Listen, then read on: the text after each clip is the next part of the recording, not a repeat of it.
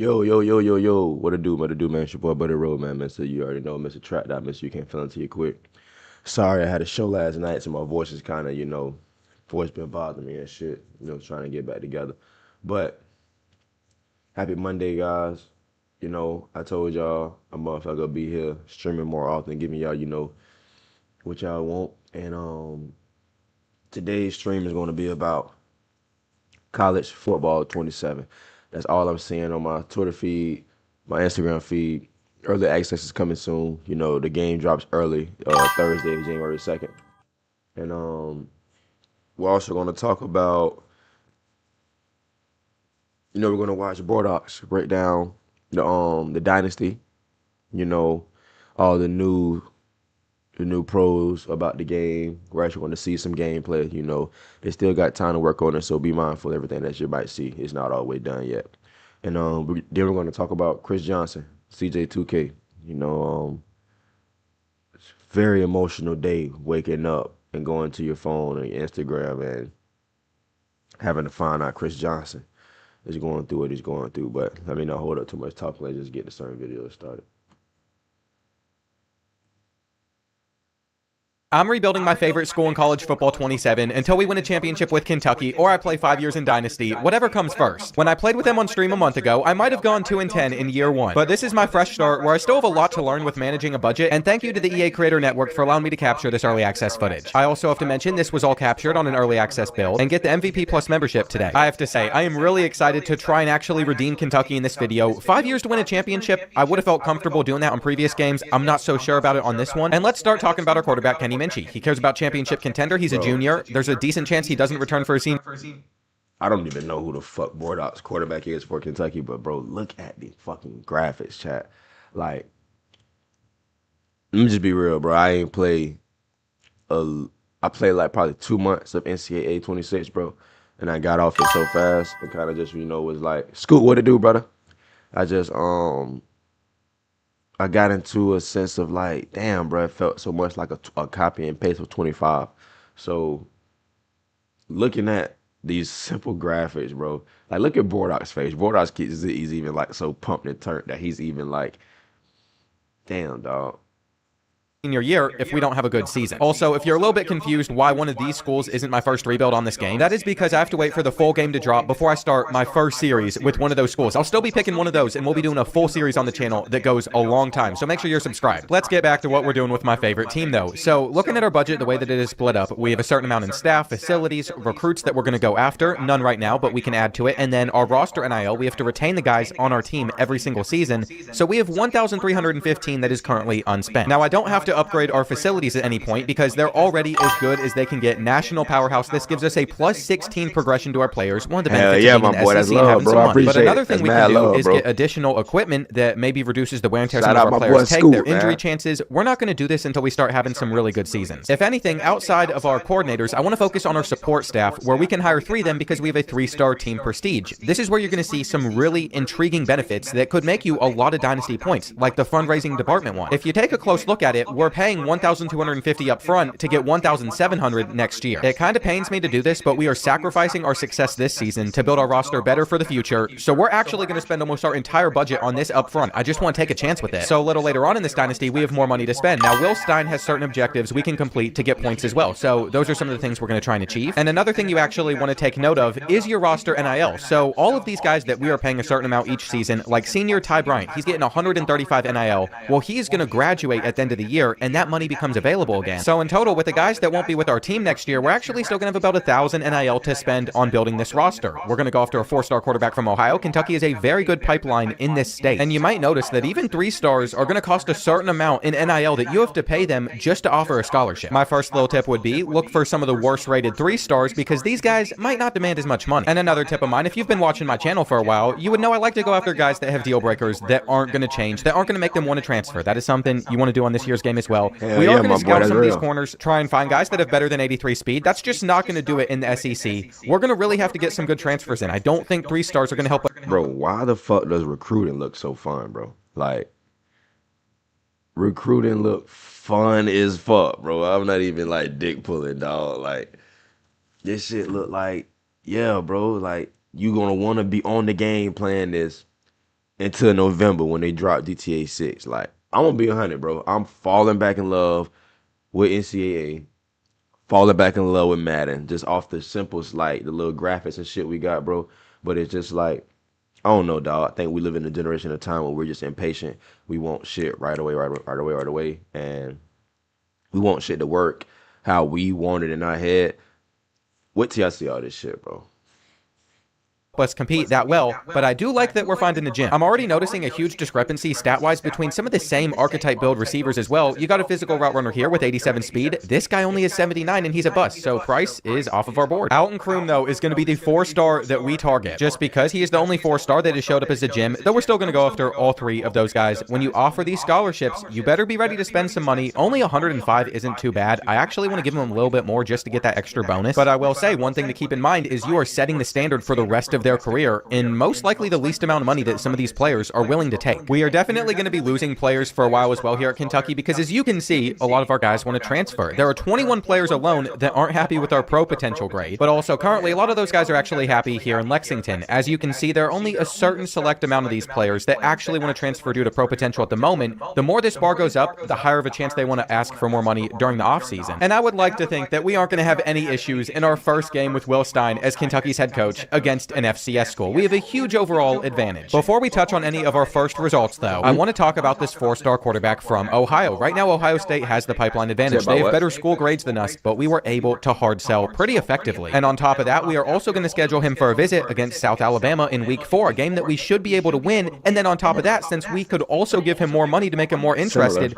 we are going to do that. Now, we could really push the limits here. Again, we're setting the standard higher, but I just want to make sure that we sign a 4-star quarterback. So I was hoping we could at least get to week 4 and have an opportunity for him to come to Lexington to give Kentucky a chance. But it turns out none of that's going to happen because Dominique must have been a fan of Ohio State growing up or something. He is already committed to the Buckeyes in week 4. I will say, I'm going to be very upset if they come out of nowhere to take Alton Kroom away from us as well, since they are in his top 3 still. We're also in a battle for Louisville, but they just pulled back. And there have been some schools just coming out of nowhere, even on some of these 3-stars at the end of the battles, trying to make it competitive. This is where we have to talk about what's happened during the first 5 games of our season, though, where we upset Alabama. We were able to pull off a win at Kroger Field against them, then we lost to Texas A&M. They're very good. Let me know how the audio barely survived sound against South Alabama, and then we lost to South Carolina, so we're currently 3-2. Let's just say there's a lot of season left to play at the moment, but what I'm concerned with is our game against LSU. We have visiting recruits for this matchup. Sam Leavitt is obviously going to be a very hard quarterback for us to stop, and they're going to be the higher overall team. But sometimes you just have to have a little bit of faith. Jewel is on a week 7 visit at Michigan State next week, so we want to get him locked down this week. We also got the verbal commit out of Augustine. We need the hard commit for him to actually be locked into Kentucky, and that's something that you're going to see on 3-star tight end Josh McCrary. Until they are hard committed, there's a chance that Duke or Wisconsin could flip him, which is why we are going to do our best here to upset the Tigers. I will say, you all have gotten a lot of Kentucky content early on, but if I'm going to be doing a one-off dynasty at this point before the dynasty series, we are going to save Kentucky. Cam Newton called us out during that stream. I will redeem him, and it is our rushing attack that LSU has struggled to stop so far early on in this game. That's going to be the first touchdown. Javonte Barnes and CJ Baxter has been a fun duo to use early on, and I still wish we would have been able to get that 4-star quarterback from Ohio State as well, but at least we're finding some success. I mean, there's not much more that we could have done here. Just a great read from the defensive lineman, which means near the end of the second quarter, we are most likely getting held to a field goal. No, we're not. I didn't throw it fast enough. I just didn't throw it fast enough. Okay, LSU takes the lead when their offense hasn't even been effective so far. By the time that we are approaching the 4th quarter, we have not moved the ball well. And I gotta say, I don't think this game has really gone the way that we hoped it would. Now, CJ Baxter is gonna have a lane here to turn that into a first, but trailing by 13, 5 minutes left, are we gonna be able to come back against LSU?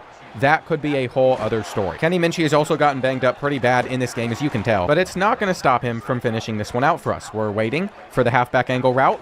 It's going to be caught, and we are trying to pull off a huge comeback here at home in front of the fans. CJ Baxter has it. The crowd is shaking. They're so excited, and that's a touchdown. Here we go, though. I already knew it was going to be reviewed. Yeah, it was pretty obvious that he was short, which is okay with me. Wait, this is where I should try out the new quarterback sneak. I was pretty sure that you would have to time this, and we did. Still didn't go far, which means I am not taking any risks on 3rd and goal. When I started playing college football 25, when these games came to the new consoles, when they finally returned, this was my play, my go-to, the jet touch pass. We need one stop. There is still hope that we impress these visiting recruits, and we are locked in. 3rd down. It's a big run. It's a big run. They actually got that. I pass committed. That was completely my fault.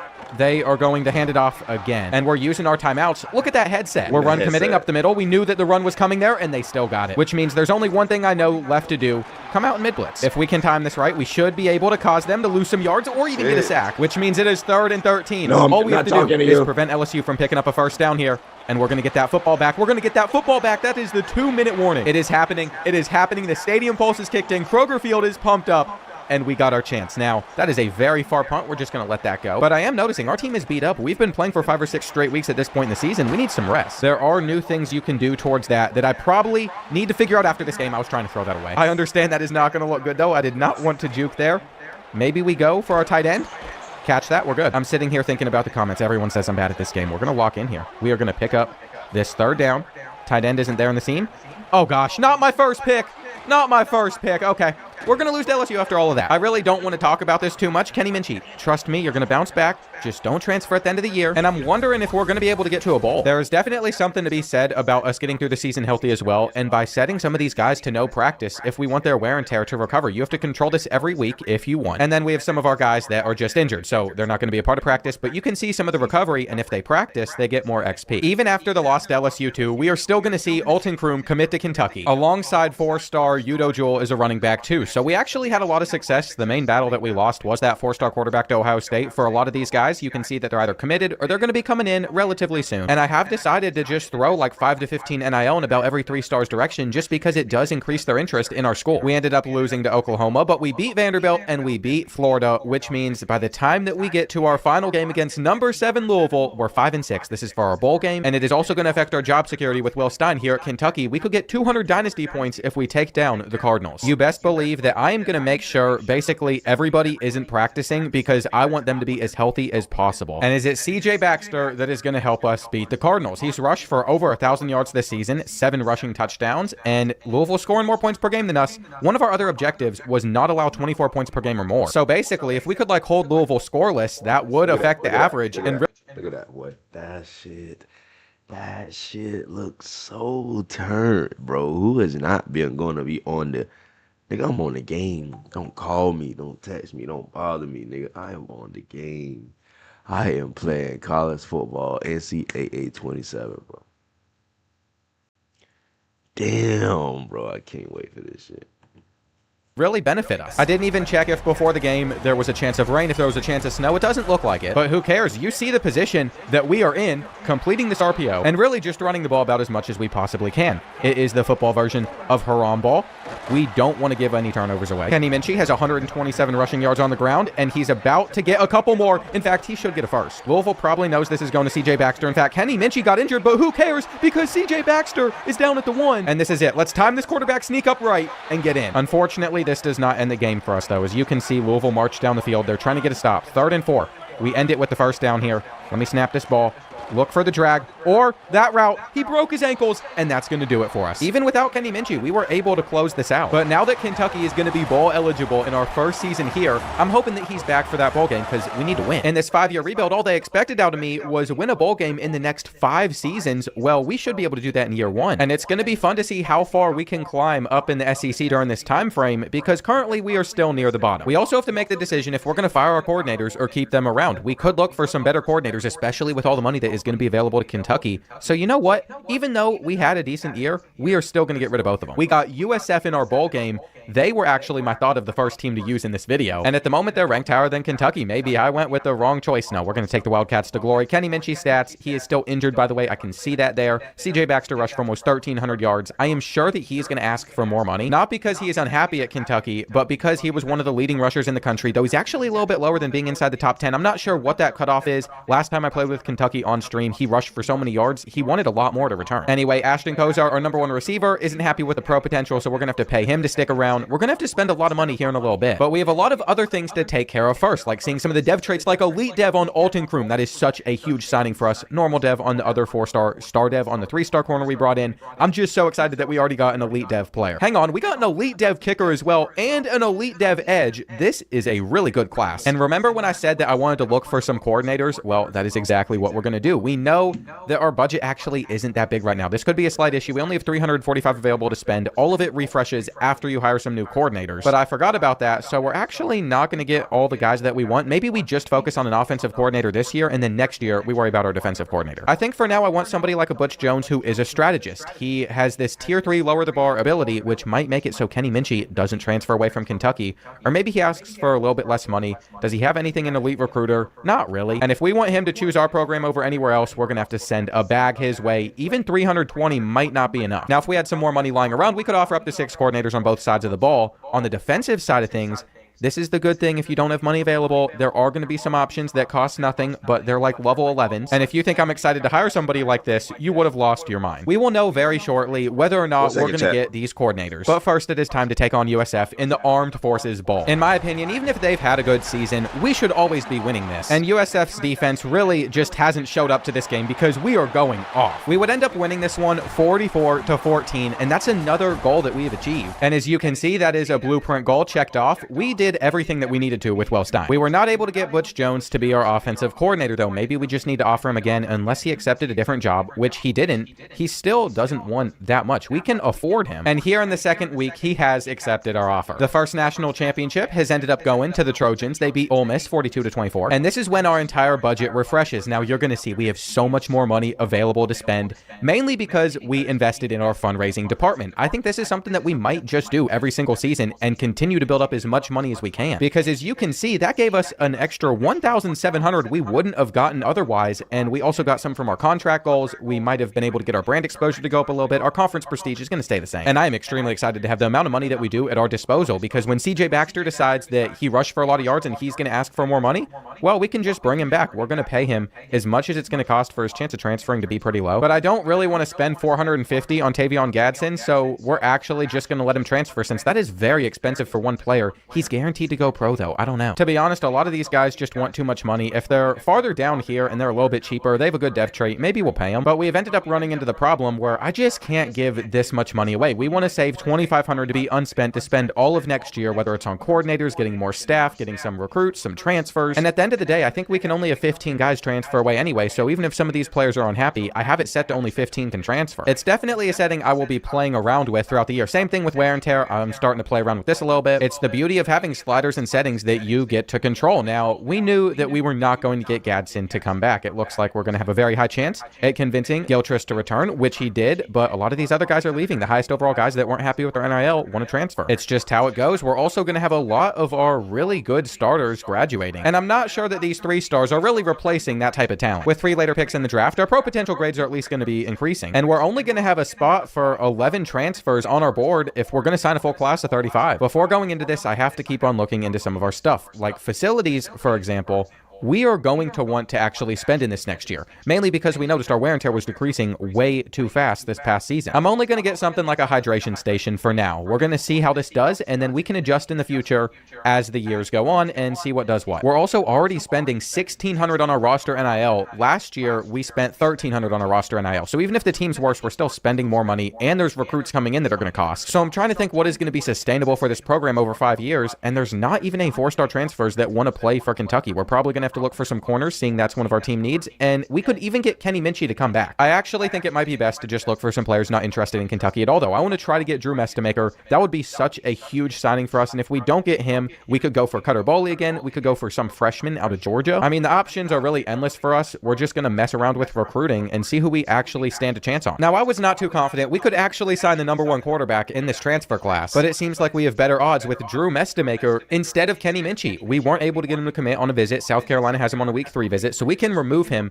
and this is our main focus. I think we've offered him as much money as he's willing to take. Hang on. Can we get him more interested? We could. Okay, I think 540 is going to be worth it if he's the best quarterback out there. We also have a good hard sell. I really want to get him to Kentucky. We have that visit week coming up, and after another week, it says we're in a recruiting battle with Texas A&M. They have him on a visit. I don't think we can win this. You know, just because we can, let's just give him as much money as possible. It says he's very interested at $660. This is so much of our budget, but I am trying to send the house here. We're going to see if there's anybody else available I'd also be interested in. Cutter Boley's still there, but I just don't like his deal breaker. And I think we're going to settle for Jacoby Taylor from Michigan. He cares about playing time, so if we aren't getting Drew Mestemaker, he could be our next best option. We also know that we have Mayweather, who committed to our school as a 3-star. His stats aren't all that, though. I really don't want to have to start him. Well, we are paying way more than we should have, but we have Drew Mestemaker on our roster. This is one of the benefits of having the SEC money that we work with. And another underrated signing we were able to get is this 4-star corner out of Columbus, Ohio. With all the spending that we just did, we are still going to have 1,400 available, which I think I'm going to put into some of our staff facilities, getting more support staff there. We might explore more in the facilities like I talked about earlier, but it's not as top priority to me. We did lose out on these 2 4-star linemen. I didn't offer them as much NIL. Maybe I should have, and we would have been able to bring them in. But anyway, Dwayne Galloway Jr., the corner, is a star dev guy. We know that Drew Mestemaker is a star dev guy. His throw power, it's a little bit weak, but we could work on it. And Kentucky has not signed a top 10 class in the country. In fact, we didn't sign a top 20 class. We didn't sign a top 25 class. It is ranked at 31st, and we spent quite a bit of money. I like being able to compare what we spend versus other schools. So even if you think I did a really good job at Kentucky, Georgia's spending more than 3 times the amount of money that we are on one class. It's going to be very hard to top the SEC. If we're going to have success, it's going to have to come from stuff like player development, and both of these athletes are normal development, so they're not going to develop very well. Guys like CJ Baxter, though, that is a whole other story. He is going to become an 89 overall running back for us, 91 speed. He's a senior now. I want to get him up to silver sidestep. And I did say I wanted Drew's arm to be a lot stronger, but it cost a lot more to upgrade throw power and quickness this year, so instead, we're just going to have the most accurate quarterback in the country, which will still serve us nicely. I'm not going to sit here and say this entire roster is incredibly talented, but after training results, we are going to see some nice jumps. Our running back room is so much better than any other position group on this team. And I have to say, this next season might be very underwhelming because we only have 5 seniors on the roster, 14 juniors, 21 sophomores, and 43 freshmen. We are a very young team. We just need to retain some of our guys. It's not like our team prestige is amazing. It's now 2.5 stars, which means we can only hire 1 more support staff, and that kind of messes with my plan of just wanting to stack up as much as we can in the fundraising department. I'm not saying that we still can't do that. We should be able to get more fundraising teams. Actually, it looks like you can only get 1 type of each support staff. So now we have a tough decision to make. Do we want to reduce NIL expectations? I feel like reducing NIL expectations would actually help us quite a bit since we're spending so much on all of our players.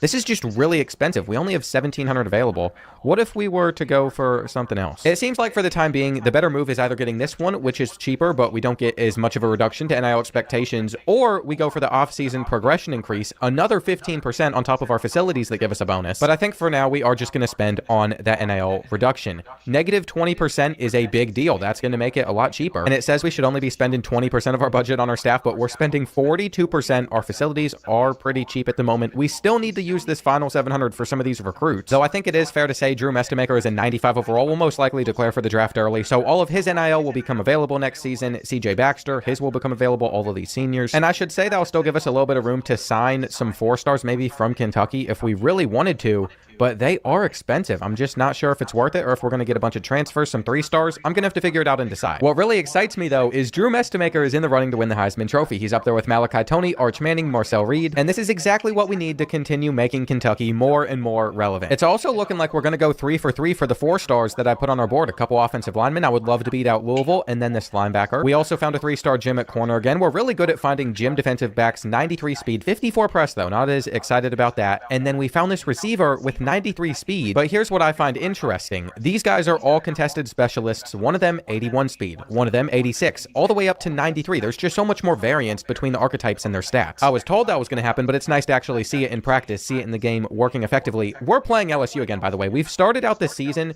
2-0. We were able to beat 2 MAC schools. I think it was Ball State and Toledo. We held them to 7 and 6 points, but I want to beat LSU before we get into more this season. We got North Dakota State on the schedule, and we do have new things to achieve with Will Stein. Beat Louisville is always going to be important. They also want us to win more conference games than last year, which is not going to be easy. That's why I really want to play against LSU, because an upset here would be such a major deal. I'm not sure if Drew Mestemaker is enjoying his time at Kentucky, though, because we haven't been able to score a single touchdown in this game. Now, I say that as we find our tight end at the 1, but we still haven't been able to score a touchdown, and let's see, are we able to time this up correctly? It looks like we did, and they held us up. Okay, we're still going to go for it on 4th and goal. We want to see some man-to-man coverage here, and we should be getting open. He's not open. He's just not open. I think it is only fair that we get off of the line and we make that tackle. I'm still getting used to some of these new defensive controls. I don't like seeing that platinum shifty. And here on 3rd and 5, can we get LSU off of the field? That is the question. Everybody's wondering. No way. No way. Okay, we got to chase him down here. If we can hold them to a field goal, we'll still be okay. I mean, I just don't know what to do about that. Sam Levitt keeps it, and Sam Levitt is in. This is actually unbelievable. It seemed like we were just going to win this one, but instead now, we're going to have to make some plays here, and Gilmore is at the 2. However, our defense is still going to have to clutch up even if we are able to get into the end zone here. I don't think this run's going to go anywhere. CJ Baxter almost had it still. Okay, we just want to look underneath. We're really struggling to get open versus LSU. That is a sack, and I guess we're going to have to force this in here. 3rd and goal now. Is he open? Drew Mestamaker, why don't we scramble? Why don't we scramble and actually get in? Okay, now this is a little bit of a bold play call. If we were to run this, I think we're going to have to throw it just because I am not willing to risk this game on a run. Slant, catch it. We got it. However, getting a defensive stop is a whole other story. Our coverage hasn't been great, and I really don't know any of the defensive adjustments still. Throw it to us. Throw it to us. We knew it. At the very least, I figured out how to pass commit. Sam Levitt is just going to take the check down here, and this is perfect. We are headed to overtime. We still have a chance. This might be a mistake, but we are going to guess run up the middle, and with the run not being up the middle, they are going to be at the 10 already. No, they're going to be in the end zone. They're going to be in the end zone. I just don't even understand how he was able to make that a touchdown. I don't know how he was able to get free from our tackles. We aren't that bad. After LSU got 7 points with ease, we are going for the win here. I want the 2-point conversion as well. I don't want this to go to multiple overtimes. I'm willing to risk it all to take down the number 10 team. We just need to see a bigger gain than what we just got. CJ Baxter, it is your time to go to work here. Get to the outside, maybe cut back inside. Not a huge fan of how that went. Our offensive line also isn't the best because we lost out on 2 of those 4-star transfers, but here we go. Originally, the plan was going to be to run it again, but they have guys around, so I think we're going to look for Whitening underneath. Maybe we look for CJ Baxter even. And if Whitting gets open here, or CJ, not going to happen. They sent a blitz. They sent a blitz, and I should have been more prepared than that. I should have had a quicker read. And we just couldn't get it done, but at least we host Mississippi State next, which is a team I think we're going to do a lot better against. Out of pure frustration, I just simulated the next few weeks, and we were able to win all 3 of these games. I'm really shocked that we won at Texas A&M, but now we play number 15 Alabama, who's 5-1 just like we are. And at the moment, we already have 3 conference wins. We are competing for a spot in the SEC championship if we were to somehow not lose another game. I just don't see that happening. We're also going to start scheduling visits when we can for week 8 against North Dakota State. We aren't able to do it for the 4-star right tackle, but I still think we're going to land him. We're going to do it for James Anthony, and let's just see what happens against Alabama. They're number 15. We're number 16. It is another really big game here at Kroger Field. They score 42 points per game, though. Our defense has only given up 18. Facing a team like Alabama, we have decided to go for the blue out game because we want the entire crowd to be blue. There's going to be little spots that are still white, some red, but ultimately, we have set the stage for this to be a huge day for us, and it's not gone that well. Outside of a couple positions, Alabama had the roster advantage, and it really has shown.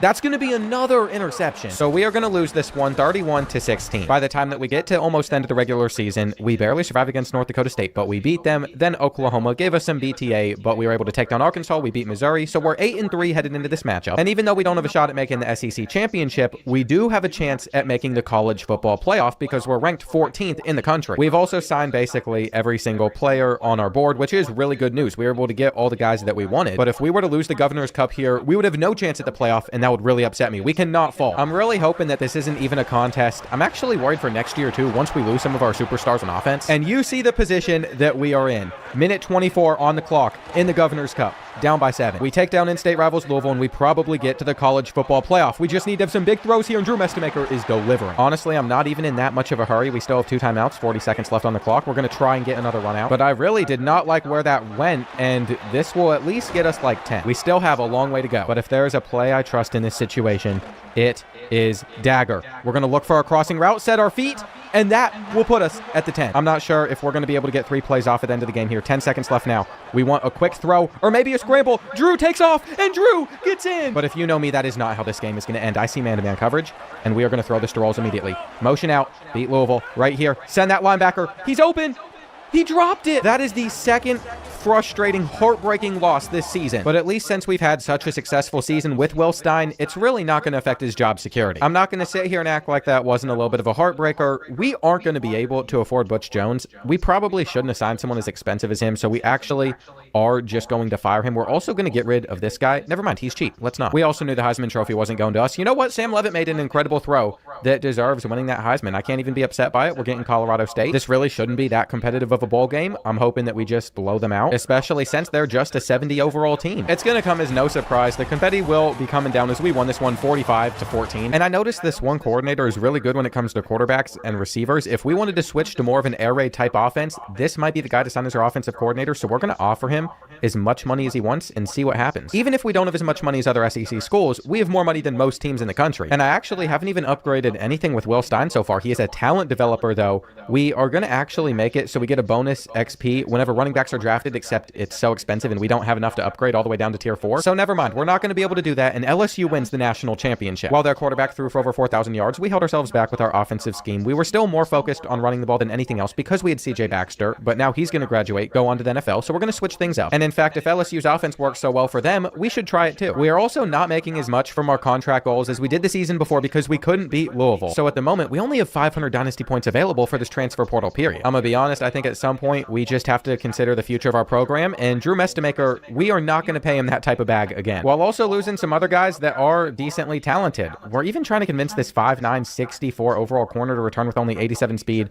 We'll see if that's effective. Not as many guys wanted to leave as the year before. And even some of those players I was willing to give money to for them to not leave, well, we still have to convince them to come back. Some of them, they didn't even think about bringing it up, but other guys, they decided, you know what, it's worth just getting convinced a little harder. But we really aren't seeing too many departures, just main guys like Hardly Gilmore the fourth, CJ Baxter, and of course, Drew Mestamaker with some of these backup running backs too. Since that's how it played out, we are going to have a little bit more available in our budget to spend, but I'm honestly going to look for some cheaper transfers. We still have 3 years to try and win a championship. I don't want to spend too much at the moment. We're even going to upgrade our staff, but in order to get this director of player personnel to a higher level, we have to wait until the start of next season, so we need to have 500 set aside saved. I also think it's really good for the program. We had a first-round pick as a quarterback and a third-round pick as a running back, but the dev traits on the 3 4-stars that we did sign out of high school isn't very impressive. At least there are going to be some 4-star transfers available to us this season, and you might even notice some of these 4-star transfers are ranked a lot lower than they would be as a normal 4-star. That's because these guys were 4 stars out of high school, and they have been busts so far. It's actually really neat they're listed this way like they would be in the transfer portal in real life. Like, all of these guys are 5 stars, even if they're not ranked that high in the transfer portal class. They were 5 stars. Let's get to the get to, man.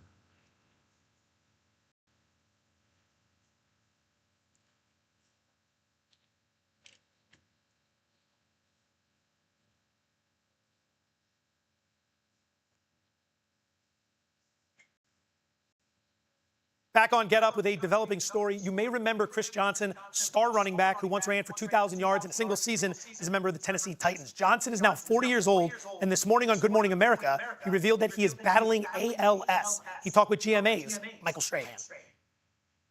Johnson, touchdown! Chris Johnson, one of the fastest running backs in NFL history, shattered records throughout his career. 80-yard run. So fast, he earned the nickname CJ2k. Chris Johnson is going to have a Titans touchdown. He retired in 2017 and has been out of the spotlight. But today, he is sharing something deeply personal. You've chosen to share some personal news today, and it takes a tremendous amount of courage to share it. What would you like for people to know? What are you doing? First, I want people to know that I'm still me. ALS has changed what my body can do, but it hasn't changed who I am. In 2025, at the age of 39, Johnson was diagnosed with ALS, the disease progressing so rapidly that he now uses his eyes to trigger a speech-generating device to speak. Why do you want to share this now? Because if sharing my story helps even one person get diagnosed sooner, inspires more research, or gives another family hope, then it's worth it. Johnson says he was in the prime of his life, working out daily and running errands with his 4 children until ALS changed everything. Let's go back to last year. When did you notice that something was off? I first noticed weakness in my right hand.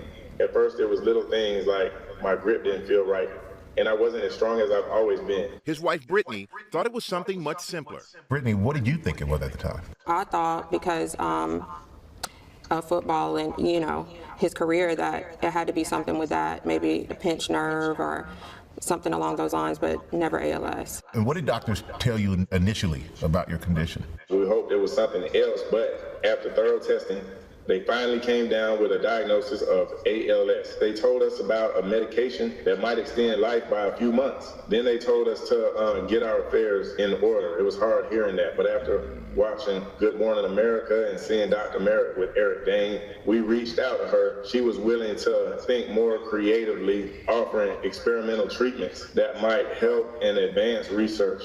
Dr. Merit Sikovich is a neurologist and leading ALS researcher at Mass General Brigham Neuroscience Institute.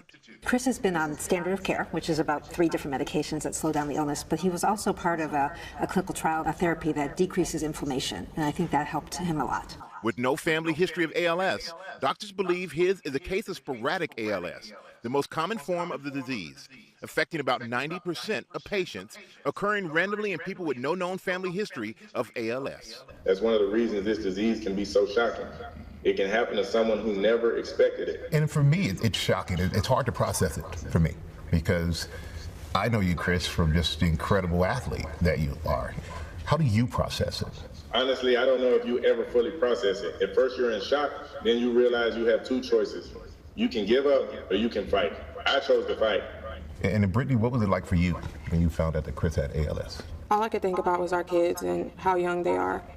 Just, you're in denial. You want it to be anything else. You want the doctors to be wrong. The life that we previously had is like now a thing of the past, but we're still hopeful. We're hopeful, you know, that a breakthrough will happen and that, or, you know, God, a miracle will happen, you know. And what kind of support has helped you the most through this? Without a doubt, my wife, Brittany, she hasn't left my side through any of this. My kids are also a huge part of why I keep going. Every day I wake up wanting more time with them to make more memories and just be their dad. They give me a reason to keep fighting. I know, Brittany, the unsung heroes are the caregivers. So what has this been like for you? Oh, it's tough. It's tough. Like, we have good days, we have bad days. You know, our life has shifted so much and it's a heavy workload, but I have no doubt that this is what, you know, I was called to do. So how has it progressed since you've been diagnosed? It's continued to progress much faster than I ever imagined. I want people to understand just how quickly ALS can attack your body. Just over a year ago, I was picking up my 7-year-old daughter so she make a wish with her birthday cake. Today, I couldn't do that. And what do you hope people, or you wish people understood about living with ALS? That your mind stays sharp. People sometimes look at the physical disability and assume you're not still the same person inside. I still think the same, I still dream, I still love my family. My body just doesn't cooperate. What are the doctors telling you about the treatment and the progression? Having doctors who are willing to collaborate and explore every reasonable option has meant a lot to my family and me. Right now there isn't a cure, but we're seeing more research, more clinical trials, and more promising ideas than ever before. Seeing how hard these doctors and researchers are working gives me hope. As long as they're fighting for people with ALS, I'm going to keep fighting too. Titans controlling owner Amy Adams Strunk released a statement on behalf of the organization that read, in part, learning this news is extremely difficult and we will support Chris every step of the way throughout his journey. We are holding him and his family close and join our fans around the world in expressing our love for Chris. Back here on the desk, Dan Graziano, Mike Tannenbaum. Raj, just heartbreaking news about Chris Johnson. Yeah, I mean, devastating. Obviously, I mean, you know, the first thing, not knowing him personally, the first thing that jumps to mind is how great a player he was. But obviously, this is far beyond that, and it's just crushing to see it at that age, especially.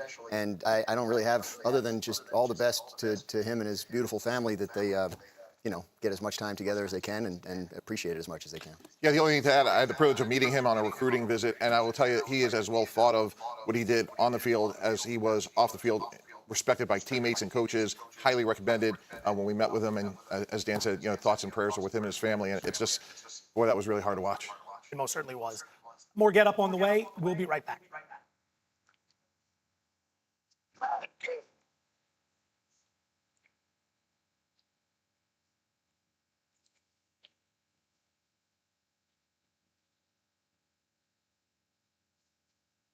Hit the like button, whatever it is, because we got everything y'all need, man. Listen, and what you ain't looking for, you gonna be looking for it then.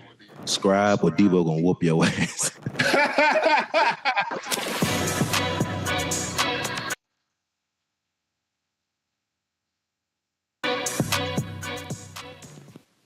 The article that just came out with Chris Johnson, dude. I saw it this morning. Straight hand. Yeah, I saw it this morning, bro. That's crazy, bro. He's diagnosed with ALS, bro. Like 39. Like just last year, bro. I just saw this cat, man, at the Super Bowl in New Orleans in like last year, February, bro. I sent you the picture, bro. Like what in the world? Crazy, bro. Like all I wanted, caught me completely. Dude, here's the crazy thing, bro. And his health care is about to be up in a few years, bro. He's going to have to figure out how to pay for his own health care. When did he retire? Was it 20? 22? No. It was a 23. It was It was before that. He retired in like 14, brother. No way. No way. Yeah. His health care is already up. CJ retired in like 14. Mm-hmm. Dude, that's crazy. That's crazy. And a lot of that stuff, repetitive head trauma, dude. Like, come on, bro. Yeah. That was so sad, bro. You talking about the safety, bro? Like, show us, man. Get the boys grass. You can't even get them grass. My man over here, ALS, bro. 39. That's crazy, dude. He said he went to the doctor, bro. Just last year. Like, yep. Numbness in the hand, dude. Numbness in the hand. Yep. Bro, wow. I seen that because Debo, like you, when you texted me and when Risa hit the chat and I was like, oh, did y'all see this? I'm like, no, I didn't. Then I looked because the same way you said, like, I know I saw him 2 years ago at the Super Bowl and you sent the picture. I'm like, I saw him 2 years ago. And CJ is one of the realest, one of the nicest, one of the coolest people that I met. Hey, what's up, locker room? Let me address this and just say all of us are praying for the interview that Michael Strahan did with Chris Johnson, CJ2k. We saw him on Good Morning America, and that was, for those of you who did not see it, he has ALS now. And he was using the computer to talk. And he was sharing some hard things. Well, it was just hard to hear and listen to, like that everything, his mind is there. He's full, he's there. He thinks, he feels everything. It's just, he can't move his body like he wants to it. And it made me think, that's difficult. That's hard. And a lot of people didn't know, but she did share with me that Larry Allen was real ill before he passed. His wife shared with me. And I just bring that up because I bring it up to, well, certainly every man can do it his own way. Larry did not want anyone to know. And that is what was so difficult for his family and his wife, because she honored his wishes as she should have. And then there were people upset because they thought they didn't get a chance to see Larry and they didn't know that he was sick. I bring all of that up just to say that, I understand, Larry's approach to it. Larry was the most dominant man in the world. Larry Allen, the biggest force in the world, the strongest man in the world. And from what she said to me, he just did not want anybody to see him that way, which, that's between him and his wife, him and his family, I understand, But I want to also give love to Chris Johnson for coming out and talking and trying to help others or let them know and help, whatever he can do to help. I don't know if they're a charity or something because I didn't see all of that, but it, to talk about it, just to try to, in any way, help. That was nice. So we're praying for him and praying for his wife, who, she was there with him and saying how difficult it is, and it is every day. I can understand that, sitting by, and she's sitting by him. So, yeah, just prayers.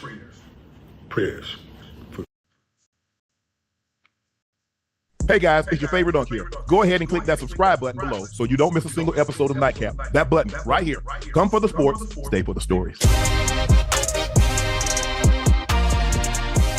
Ocho, got to know what you want to think about this one, Ocho. There we go. The Bills have decided not to include OJ on their Wall of Fame in the new Highmark Stadium. Wow. The president of business operations, Pete, I don't know his last name, but his name is Pete.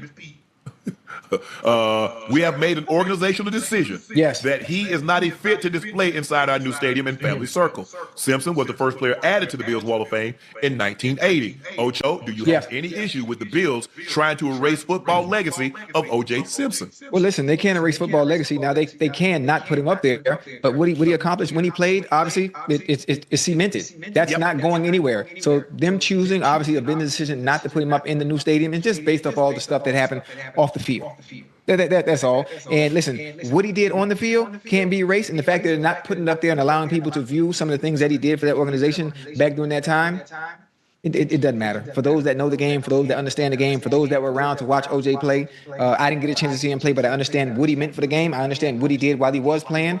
I did. Commercials. Oh, hey, the whole 9 yards. But you have to understand. I did. Yeah. From a business standpoint, Joe. Yeah. We understand why they're not putting him in there. We know. Yeah. We know. Nah. Break it down for me and chat. We want to know why they ain't putting him in there. I mean, Joe. You saying they seen the documentary? You ain't seen the documentary? I seen it. Yeah. I mean, they don't. It brings not confusion, but if I'm building something new, man, especially like a stadium, that the one person, the one polarizing figure that's been a part of our organization that has had some unfortunate circumstances off the field, I don't want to bring that to a new place. Oh, so you saying he did it? He did. Hey, Joe, I wasn't there, Joe. I don't know. I'm saying if you watch it, Unc, I know you seen it. Unc, what'd you think? All I know is that this is what they tell us. 12 men in jury, a jury of his peers, said he was innocent. Yeah, so he's innocent. The same thing they told us when George Zimmerman walked his ass up out of court. Hello. The same thing that they told us when these police officers go between 12 men and 12 women, 12 men and women, a jury of their peers, and they walk, they say the jury has spoken. The jury spoke. What you think? All that conjecture, all that innuendo, all that speculation does not matter. Well, that shit don't. I ain't been to law school, but I took a couple of law classes. The first thing they tell you, it doesn't matter what you think, it only matters what you can prove. Yeah. Hey. Damn it. And there's a difference between criminal and civil. In criminal, you got to prove it beyond a reasonable shadow of a doubt. In civil, it's preponderance of the evidence. What he went to jail for, huh? Taking his memorabilia back to him. Here's the thing. And this is what I didn't understand about him in this situation. Why you laughing, Joe? Because it was memorabilia, Ocho. Yeah. Here's the thing. The only thing that because he lost civilly. So anything, all the autograph signings, anything that he got, that money would have went to the families of the fallen people. Yes, sir. Why are you trying to get that back?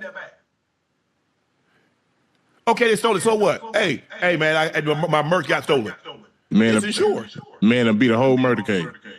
Hey, it wouldn't sit down. Yeah. He wouldn't sit down. He had good representation. You know. The best. Yes, the dream team. Hey, the best at that time. Johnny Cochran, F. Lee Bailey. He had Robert Kardashian. He had Barry Sheck. The Innocence Project. Mm-hmm. How many? I don't know how many people know, but go check the Innocence Project and Barry Sheck. The best. Yeah. They call it the dream team. It was the trial of the century. Maybe you got to go back even further, maybe to the Lindbergh child kidnapping. I know y'all. I don't want to get too far back, but I'm just saying this is how big this was. He got lucky though. His ass got lucky because if it weren't for that damn Furman, his AA. Hey, I know. The moment they put us on there was over because they didn't forget. Think about it. Everybody saw. Millions and millions of people saw what they did to Rodney King. Yep. And they watched them walk out of the courtroom. Yep. A couple of years earlier, they saw what happened to Natasha Harlins. See, when things happen to them, they say, respect the decision. That 12 men and women had spoken. Yes, sir. But now, all of a sudden, y'all know he did it. Yeah. Well, hell, I know a lot of people did some stuff. Hello. Nah, I don't know nothing. All I know is those men and women spoke, and they said not guilty. Yeah. But listen, even with and he said, what that mean? They say you guilty. Then they said, I don't know, I wasn't there. They say, OJ said, if I'm not guilty, hand me my gloves back. I just said that when he said, I don't know he said that. Hey, I don't know he said it. Hey, innocent or not, you have to understand how those organizations think. You have to understand how those people that sit in position of power think. Yeah, he played part of the organization, but to us, he's still a stain. And put him in this new building, it ain't happening. Innocent or not. You're right, Ocho. You're right. It's too many red flags. I mean, for those in the chat that might be Bills fans, I might say, "Well, Ocho tripping." No, I'm not tripping. I'm just thinking how they thinking. Yeah. I'm not thinking how we thinking.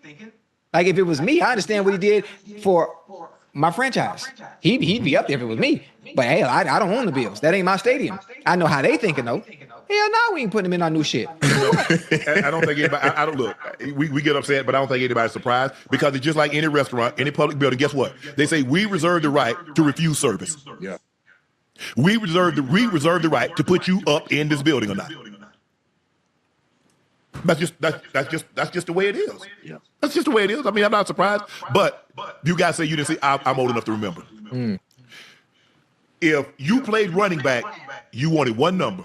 32. 32. Yes, sir. You wanted to be the juice. Now I'm not telling you what somebody told me, Joe. Yeah. I ain't telling you what I'm telling you what I know. Hello. Yeah. Hello. If you played running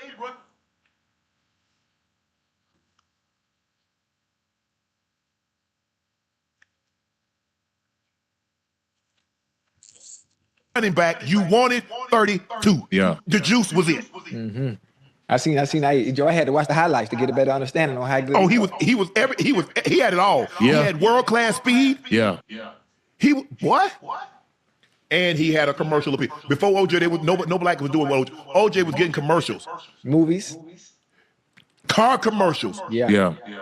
He's the first in the movie kissing people. What? On TV. Hey, remember him in the Naked Gun? Have you seen the Naked Gun, Joe? Yeah, I see it. I think. I'm trying to think. Hold on. I forgot which. Was it him and Elizabeth Montgomery? Hey, that was. I think that was the movie that he was in. No. Juice was it. And like I said, I don't really talk about that situation, but I'm just saying is that it seems to be that things happen, blacks go to trial, go to court, and they get a non-guilty. Well, you know he did it, but we just supposed to accept. We are supposed to accept when the jury says not innocent with someone else. Yeah. Just take it at that. The jury's spoken. Yeah. Okay. That. But I heard all the story. I've heard a lot of things about OJ that people really knew him. And Jay-Z had the song says, I ain't black, I'm OJ. Right. Yeah. On the 444 album. Sometimes you have to get reminded who you are. Yeah. Yeah. Bring you back down to earth, huh? What Kanye say? No matter how you still an N in a coupe, right? No matter what. So, but look, I'm not surprised by this. I'm not surprised that they took this stance. I was going to be more shocked had they allowed it to go. Yeah. Because if they had done it in the old stadium, you see that where everybody knows the silhouette, man, that's what his OJ name used to be. So now in the new stadium moving forward, and for the most part, when you go to the stadium, I did. But how many fans, Joe, go to a stadium and actually try to look at all the greats that play? I did. Because I'm a fan. I'm a fan of the NFL. I'm a historian of the game. So obviously, you go to the stadium and you see, when you go to Kansas City and you see all these names up there, you're like, damn. Yeah. It's dope. I like doing that. I like doing that. Yeah, and now never thinking, Joe, when I said put it mile high, that one day my name would be up there. Absolutely. And then one day my name would have the Hall of Fame crest next to it. Damn. I never in a million. Joe, I went to we played in the Hall of Fame game in 1991. I went in the building. I'm in the building, Joe. Man. Joe, you remember at the Pro Bowl, yes, sir. All the Hall of Famers that got selected would come over to the Pro Bowl. So you meet them at the Pro Bowl. They have on the Hawaiian shirts. Normally they have on khaki. And they shake your head. They come out there at halftime. I think now they allow them to come out during the Super Bowl. Right. Because obviously the Pro Bowl isn't after the Super Bowl anymore. And it's it's a thing. They have it in Orlando, wherever they have it. I think they had it in Vegas. But that was the thing. Then I was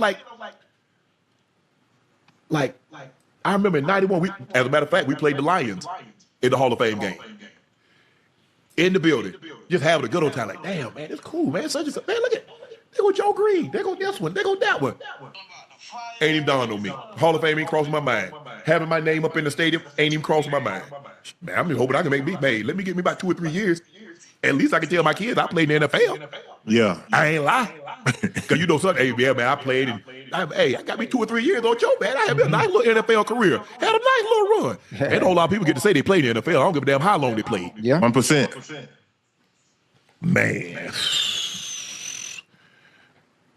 Man, but I'm not surprised. Hey, it's like, look, it probably would have caused more of a distraction had they put it in there, as opposed to them leaving it out. You think so? Yeah. I don't know about that one. Yeah. Man, you see, man. Joe, they bulldozed that house. You do realize that, right? They bulldozed that house. If you don't know, you never know that house was right where it was. Think about that. They tore the house down. Yeah. They bulldozed it. They built over it. Damn. You know what? Let's go. Yeah. We had a conversation.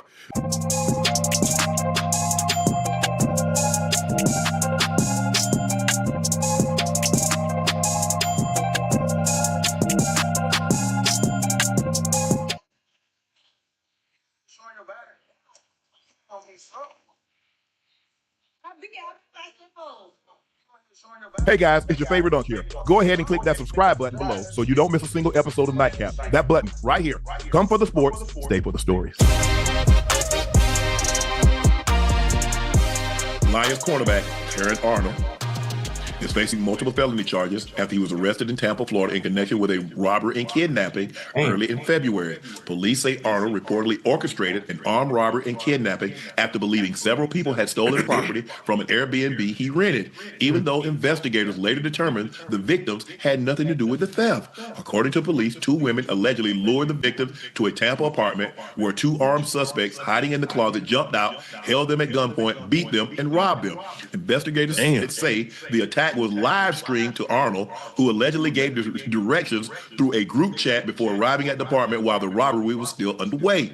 Police say the victims later were forced into their own vehicle at gunpoint before being released. Hey, man, boy, hey, they took something from TA. Terrion done.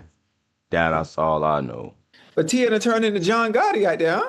Oh, Joe, let's just say for the sake of argument, Joe, for this discussion, let's just say they had taken it.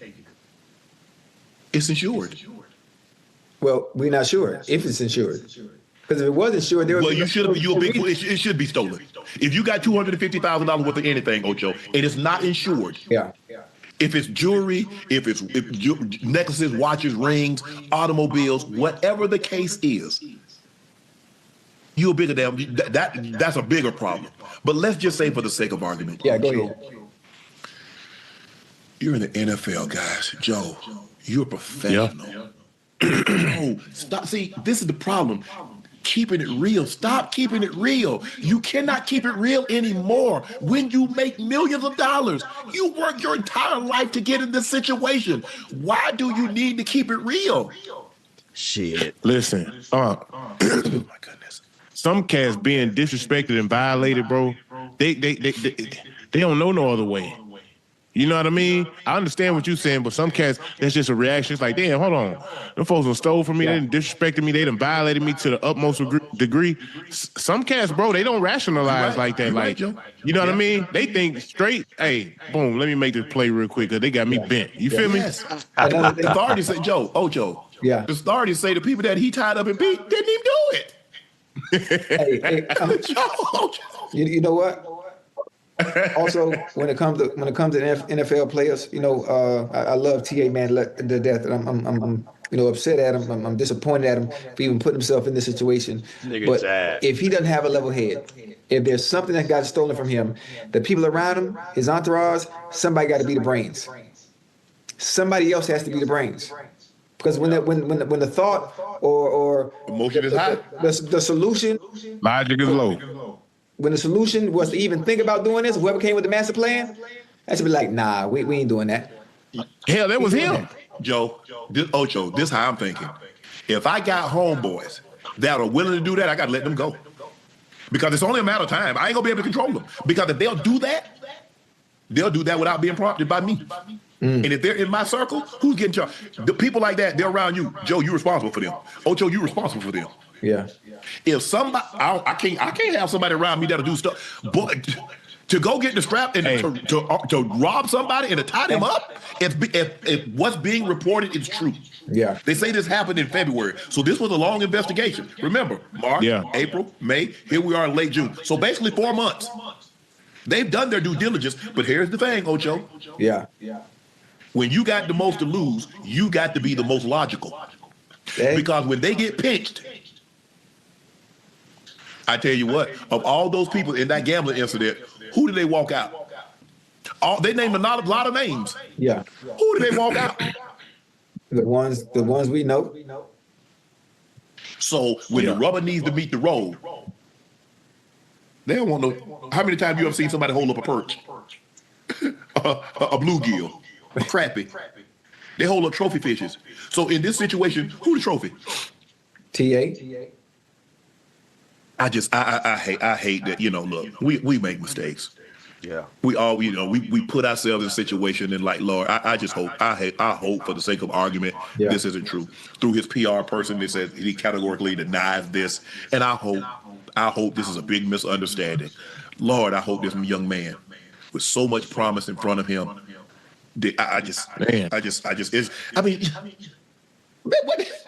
when did this, Joe,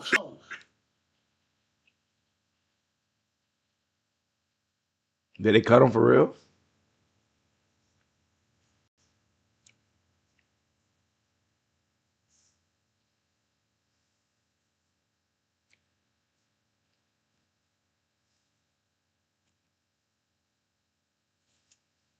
Let me get this straight. The Detroit Lions just cut Terrion Arnold even though he might be innocent.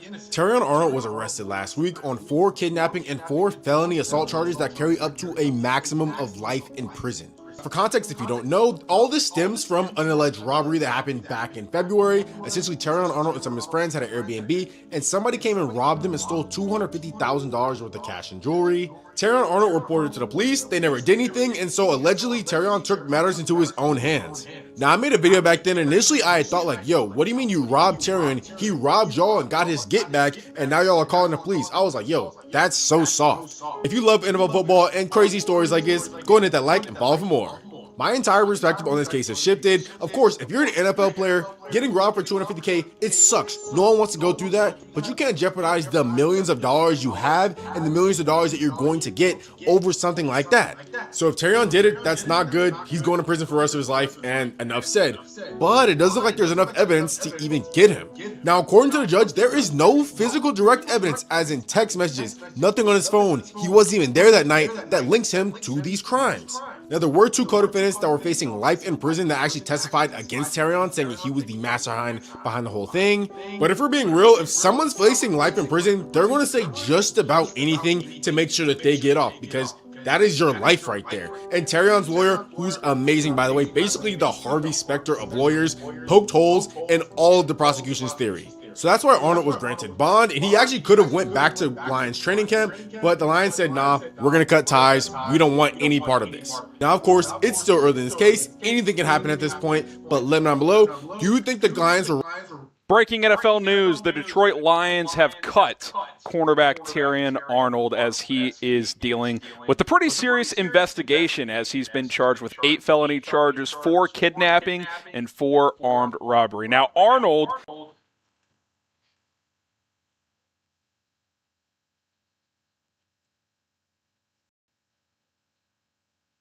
NBA and WNBA analyst extraordinaire for ESPN. She will be on the show with us. There's a lot to get into. The WNBA with Caitlin Clark, that story isn't going to fade anytime soon. Of course, the NBA with an abundance of things that are going on. We'll definitely get into all of that. Somewhere along this show, you're going to hear me very, very frustrated. And I'm not going to start off with it because I really don't want to cuss. I really want to keep my composure. I want to be cool. But when I watch the New York Yankees stink up the damn joint, the way that they did, losing a 4-game sweep, getting swept by the Boston Red Sox, who are still 10 games under 500. Don't get me started with that.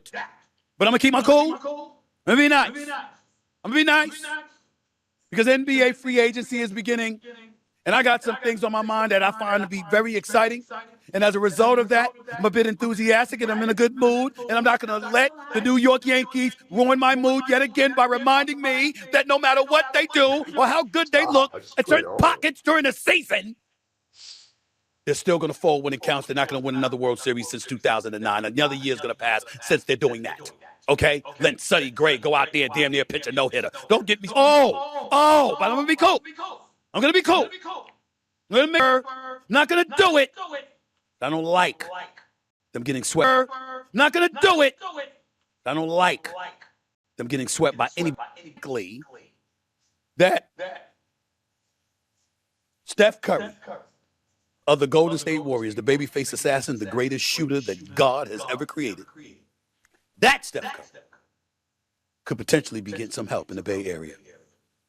And that help could potentially come in the form of Mr. LeBron James, an unrestricted free agent who happens to be a billionaire, free to go wherever he wants to go. Now, according to his agent, Rich Paul of Clutch Sports, which we all know is LeBron James and Rich Paul's Clutch Sports. Wait a fucking minute. LeBron opted out.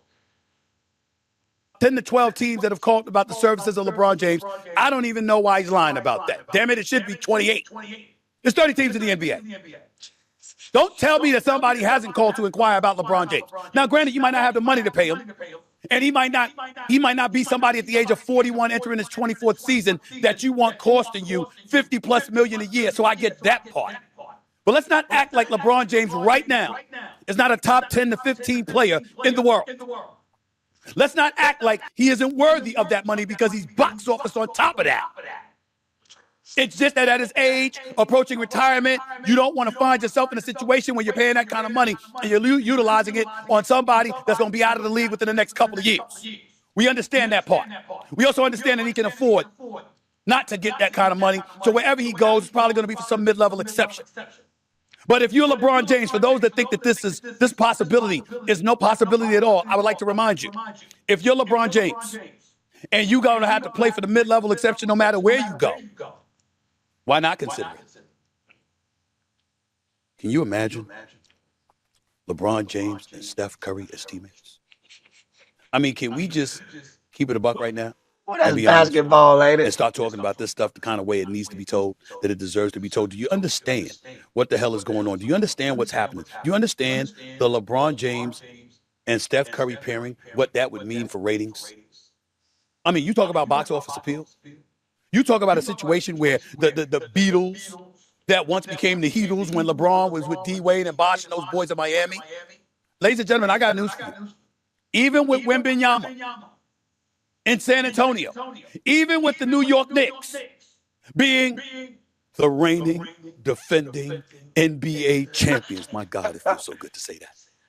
Even with that being the reality for the New York Knicks, do you understand that the combination of LeBron James with Steph Curry, what that would mean for box office, what that would mean for ratings, what that would mean for the popularity of the NBA brand, not just nationwide, not just in the States, but globally? Do you understand what that would mean? Now, what they're talking about, according to the rumors, is Anthony Davis, who's making $58.4 million this year, has got a player option on $62.7 million in the last year of his deal coming up next year. You're the Washington Wizards. You're probably not interested in moving them. But see, here's my thing. The Washington Wizards need to stop. They just need to stop lying to themselves. Oh, you know what? We might not want to let go of Anthony Davis because we just signed Trae Young to over $212 million, and we're going to keep him. And we just drafted A.J. DeBonza, and we think we're going to make some noise in the East. You ain't making that much damn noise. Where you think you going anytime soon? So you're the Washington Wizards, and you have an opportunity to get the contract of Jimmy Butler, who's coming off that nasty knee injury, who's likely not going to be ready for most of the season next year, who's scheduled to earn about $57 million. $57 million. Guess what? To have him there and have him coming off your books a year earlier than Anthony Davis would come off your books, why not do something like that? That's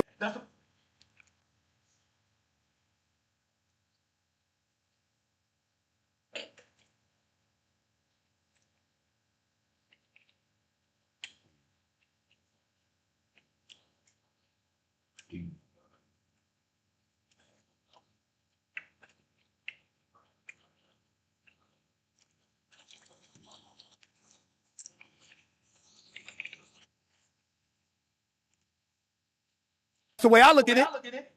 That's the way I look at it. That's the kind of thing that I think needs to be entertained. And if you're going to entertain that, and you think that's a possibility, which I think it is, then all of a sudden everything changed. Jimmy Butler, last year of his deal, scheduled to pay him $56.8 million this upcoming season.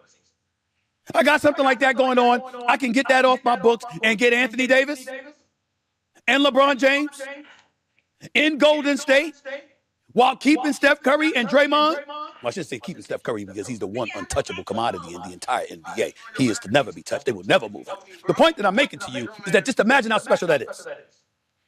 Ladies and gentlemen, LeBron with Steph, with Anthony Davis, with a Draymond Green, with Steve Kerr still coaching, Golden State Warriors are title contenders. If that would have happened, they're title contenders. I'm telling you that right now.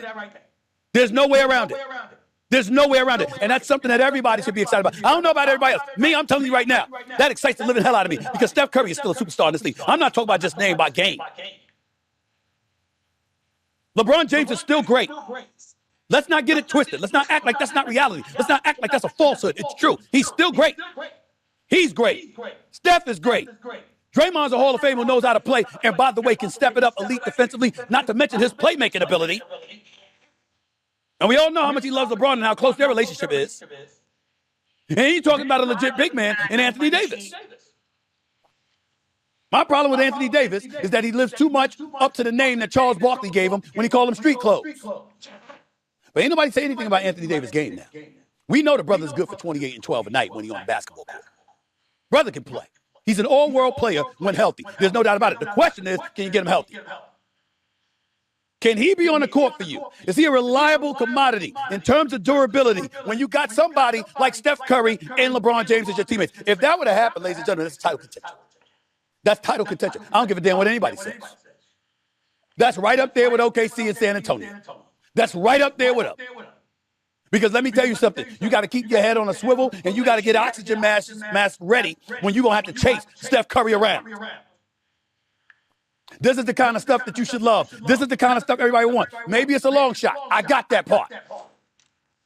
But let me tell you something right now. If you're a basketball fan, I would dare tell you there's nothing you should root for more. LeBron and Steph Curry together in the twilight of their careers, with both still great, but Steph Curry not even looking like he's lost a step. Oh, my Lord. Oh, my goodness. I'm saying to you, it's like that. And because it's like that, it's something that's worth discussing. It's something that's worth considering. Yeah. I ain't gonna lie, boy. I love to see that, boy. AAA Mad Dog 6 is always the number to call up. That's 888-623-3646. You're listening live to the Stephen A. Smith Show, Sirius XM, Mad Dog Sports Radio. By the way, see how true it is, though. Hey guys, it's your favorite dunk here. Go ahead and click that subscribe button below so you don't miss a single episode of Nightcap. That button right here. Come for the sports, stay for the stories.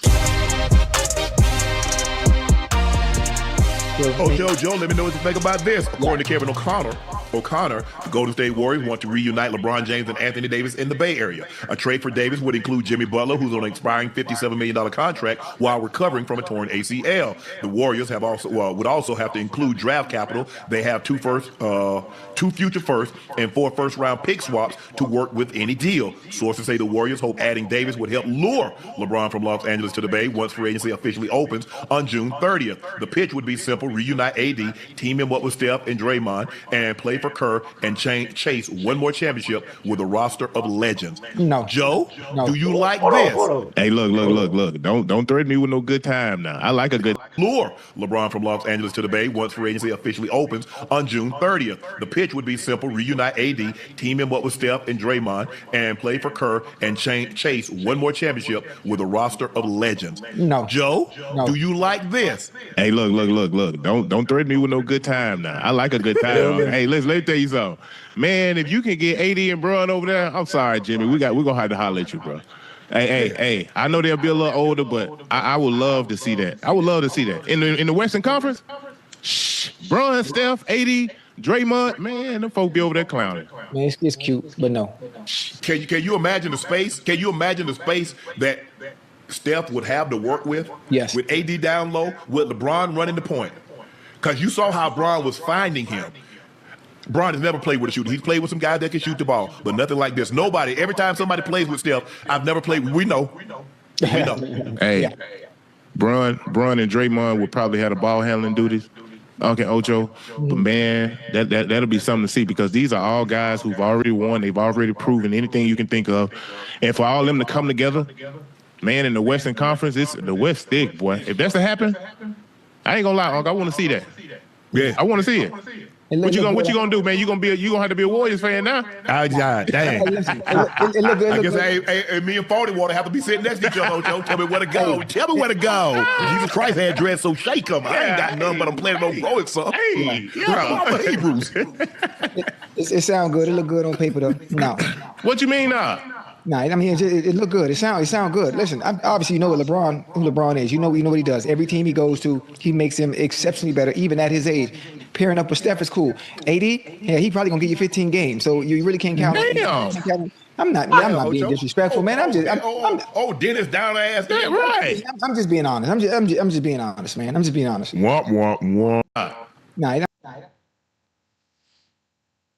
But say, damn. 15 games, so you really can't count. Damn. I'm not being disrespectful, man. I'm Dennis down ass. Yeah, right. I'm just being honest. I'm just being honest, man. I'm just being honest. Womp. Man. Disrespectful, man. I'm Dennis down ass. Yeah, right. I'm just being honest. I'm just being honest, man. I'm just being honest. Womp. Man. I'm just being honest, man. Man, y'all see how Joe and I were excited, and here this man go. His time to talk, and he just ruined the whole mood. I'm not trying to. I'm just being realistic. That's something y'all are not being. You know. Man, you know what? Yeah, we got a bunch of old guys teaming up, and now y'all think they got a chance out the West. Like, come on. Okay. Man. All right, Debbie Downer. Look, you know what? I take it back. I want AD to stay in Washington with Trey and Devontae. Damn it. Yeah, hey, I want to see that. Damn, I can't deal with him. I can't. Not tonight. Hey. See, I told you, Joe. Daniel spoiled every move. No. Listen. See, this is what happened, y'all. This is what happened during the NBA season, right? Y'all thinking and talking with your heart, and I'm using logic and common sense, which is why I told y'all how the NBA Finals was gonna go. That's why I got everything correct. Oh my God! I'm not thinking with my heart. I'm using this up here. Hey, AD, LeBron, and Dre is cool, but appreciate you. It's like cool in the game. Hey, appreciate you. Cheers, man. Damn. It's like a little family reunion. All the old heads get together. Let's go hoop. Come on, man. That ain't finna work. Ocho, man, what? Till this N-word came along. Not tonight, Ocho. I mean, I'm just being realistic, man. I'm just telling you, I love y'all to death, man. And it's y'all fault. Y'all got me watching basketball, so now I got to better understand it. Now I got to get y'all in line. Y'all talking crazy. Oh, man, I love to see that. In the West, man, in the West, they gonna be last again. Last. Damn. I'm just being honest. Bet they don't be last. We don't really got to bet because it's hypothetical, and LeBron ain't going there. Hey, well, I tell you what. Where you think Miami gonna be? You make it seem like Miami gonna be the 1 or 2 seed in the East. Hold on, we gonna be better than y'all. No. You make it seem like y'all about to be the 1 or 2 seed in the East. Hold on. Let me tell you something. We gonna be the 3 seed. Listen, y'all don't listen to me when I be talking. We y'all gonna be after the Hawks. Listen, I'm trying to give y'all the who? The Hawks gonna shit. You think y'all gonna be the 3 seed? So I figure y'all gonna be behind us. We gonna be y'all might not even make the damn play in. Man, please, come on. Hey, Joe, while he over bumping his gums, he make it seem like Giannis is a beacon of help. Right. I don't know if you noticed it. Right. Hold on, whoa, hold on. You talk about which Giannis? The Greek freak that only played 36 games last year. That one. Oh yeah, he did that on purpose. Sneak freak. It wasn't nothing wrong with it. Yeah. It wasn't nothing wrong with him. I knew what he was doing. I told him what he was doing. Okay. He pulled the wool over everybody's eyes. Yeah. Miami, that's all that matters. And don't forget, Uncle Joe, Pat Riley and Mickey Harrison got one more trick up their sleeve now. You hear me? What you think they got? Listen, I don't want to reveal no more. I know what they want. Huh? I know what they want. What they want? The guy that played there before. LeBron.